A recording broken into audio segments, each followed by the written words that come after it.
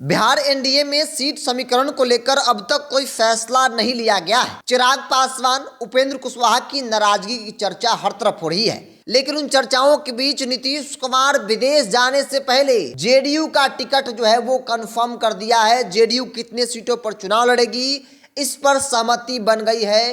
भाजपा और जदयू ने अपने अपने सीट कंफर्म कर लिए हैं। बेशक भारतीय जनता पार्टी के सहयोगी दल, नीतीश कुमार के सहयोगी दल नाराज हो, लेकिन बड़े दल कितने सीटों पर चुनाव लड़ेंगे ये अब तक तय हो चुका है। देखिए, बिहार एनडीए के सीट फॉर्मूले के तहत जदयू को 16 सीटें मिल सकती है, मतलब सिटिंग गेटिंग वाला फॉर्मूला यहां पर लागू होगा। जानकारी के अनुसार इसको लेकर सहमति भी बन गई है। गुरुवार को जदयू के राज्यसभा सांसद नीतीश कुमार के बेहद करीबी संजय झा ने अमित शाह से मुलाकात की थी। इस दौरान जदयू ने भाजपा को अपनी सीटों की सूची जो है वो दे दी। सीएम नीतीश के लंदन से वापस आने के बाद इसको लेकर आधिकारिक ऐलान जो है वो हो सकता है। तो जनता दल यू कितने सीटों पर चुनाव लड़ेगी यह लगभग तय हो चुका है।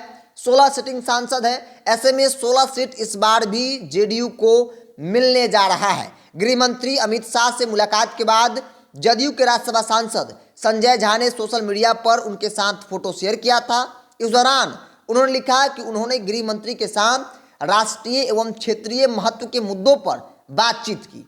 इस दौरान उन्होंने गृह मंत्री को हिस्ट्री ऑफ नए न्याय इन मिथिला किताब भी भेंट के रूप में दी। इस किताब को दिनेश चंद्र भट्टाचार्य ने लिखा है।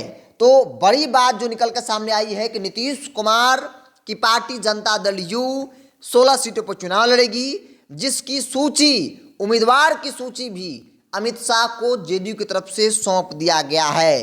तो जेडीयू 16 सीटों पर चुनाव लड़ेगी, भाजपा भी 17 सीटों पर चुनाव लड़ेगी ऐसा कहा जा रहा है। लेकिन 16 और 17 सीटों को जोड़ दिया जाए तो यह आंकड़ा 33 हो आता है। 7 सीट बटे 7 सीट में उपेंद्र कुशवाहा, जीतन राम मांझी, पशुपति कुमार पारस और चिराग पासवान को भी एडजस्ट करना है। और इसी बात की नाराजगी चिराग और कुशवाहा में है कि उन्हें सीटें कम दी जा रही है। लेकिन कौन रहेगा कौन नहीं रहेगा यह समय आने वाला वक्त बताएगा। 24 से 72 घंटे के अंदर सब कुछ क्लियर हो जाएगा।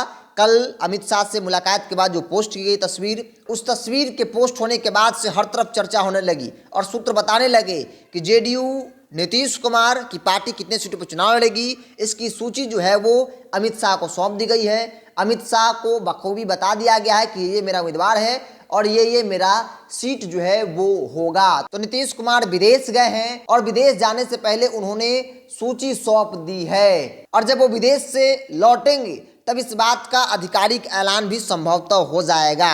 जेडीयू और भाजपा ने तय कर लिया है, अब तय बाकी सहयोगी दलों को करना है कि क्या वो भाजपा की शर्तों पर चुनाव लड़ेगी या फिर नहीं लड़ेगी। क्योंकि चिराग पासवान को लेकर हर तरफ माहौल बन चुका है कि चिराग अब किसी वक्त एनडीए को, भारतीय जनता पार्टी को टाटा बाय बाय कर सकते हैं। चिराग पासवान किसी वक्त एनडीए से बाहर निकल सकते हैं, क्योंकि उनके मन मुताबिक सीटें नहीं मिल रही है। वो चाहते हैं कि हाजीपुर मिले, भाजपा हाजीपुर देने को तैयार नहीं है। पशुपति कुमार पारस हाजीपुर से सांसद हैं और पशुपति कुमार पारस केंद्रीय मंत्री हैं, तो ऐसे में वो इस बार भी चुनाव लड़ेंगे, ऐसा परिस्थिति बनती हुई दिख रही है। लेकिन जनता दल यू को लेकर अब सब कुछ क्लियर हो चुका है। जेडीयू 16 सीटों पर चुनाव लड़ेगी, यह लगभग तय माना जा रहा है।